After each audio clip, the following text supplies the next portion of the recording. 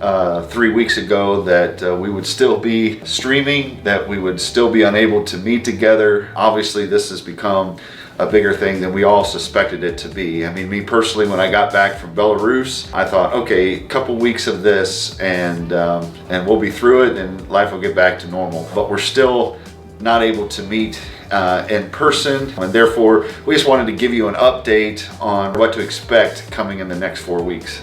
So this Sunday is Resurrection Sunday. As we've been doing the past few weeks, you can attend church from your home via our live streams that are on both Facebook and YouTube. So we want to encourage you to please utilize those, worship with your families, those that you live with, your loved ones, on either one of those platforms. And we encourage you to, if you have the ability to watch it on a TV, so you can all watch it together, whether that's through a casting device like Chromecast or Apple TV or Amazon Fire Stick. We just encourage you to do that. Watch it on a big format so you can all watch it together if you have that ability. If you're watching on Facebook, we encourage you to use the comments to check in and chat with one another from church that you might be missing.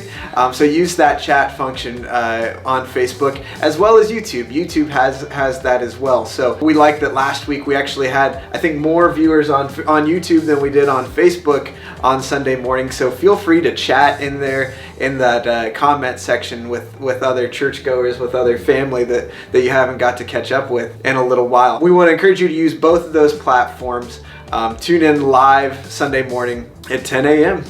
Yeah, and make sure that on Facebook that you can form a watch party. You can invite your friends and share that and encourage them to watch with you. You know, typically Easter's a big family Sunday, right? It's people come together with their families and they have plans for dinners, probably Easter egg hunts, and all of that's going to be different this year. But through the technology available to us, I mean, you can have those watch parties and you can comment with your families. You can talk just like, not quite like, but almost like you were together there. So use that watch party function on Facebook as well, and invite your friends and family, especially those family and friends that you would like to just see come to a deeper relationship with Jesus Christ, or maybe introduce them to Park Christian Church and the mission and the purpose of why we exist. So that's an opportunity to do just that. Also, I wanted to remind you that this Friday, we are going to have a Good Friday reflection service. We've put together some devotions. We're singing some of the old hymns like the Old Rugged Cross and the Wondrous Cross and In the Garden. And so we're doing those in a very acoustic,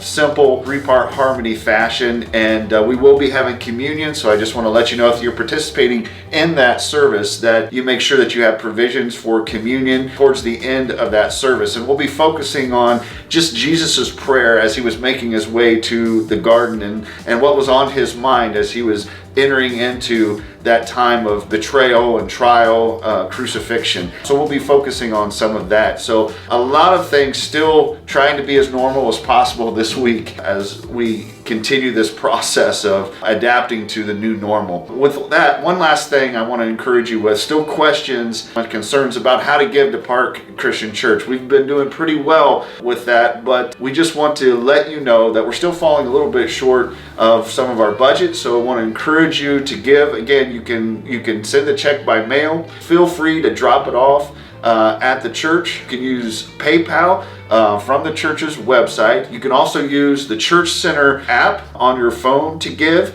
and you can text to give by texting 84321. Yes. And then follow the prompts there to give to Park Christian Church. And so make sure that you make use of that so that we can continue on the ministries. Obviously, we don't know how long this is going to go. We don't want to have shortfalls that is going to prohibit us from continuing our ministries for the long term. So just make sure you use those functions, and we want you to be a cheerful giver. Trust us, this is not trying to bring any kind of sense of conviction or use any kind of compulsion. We just want to make sure that you know how to be faithful in your giving.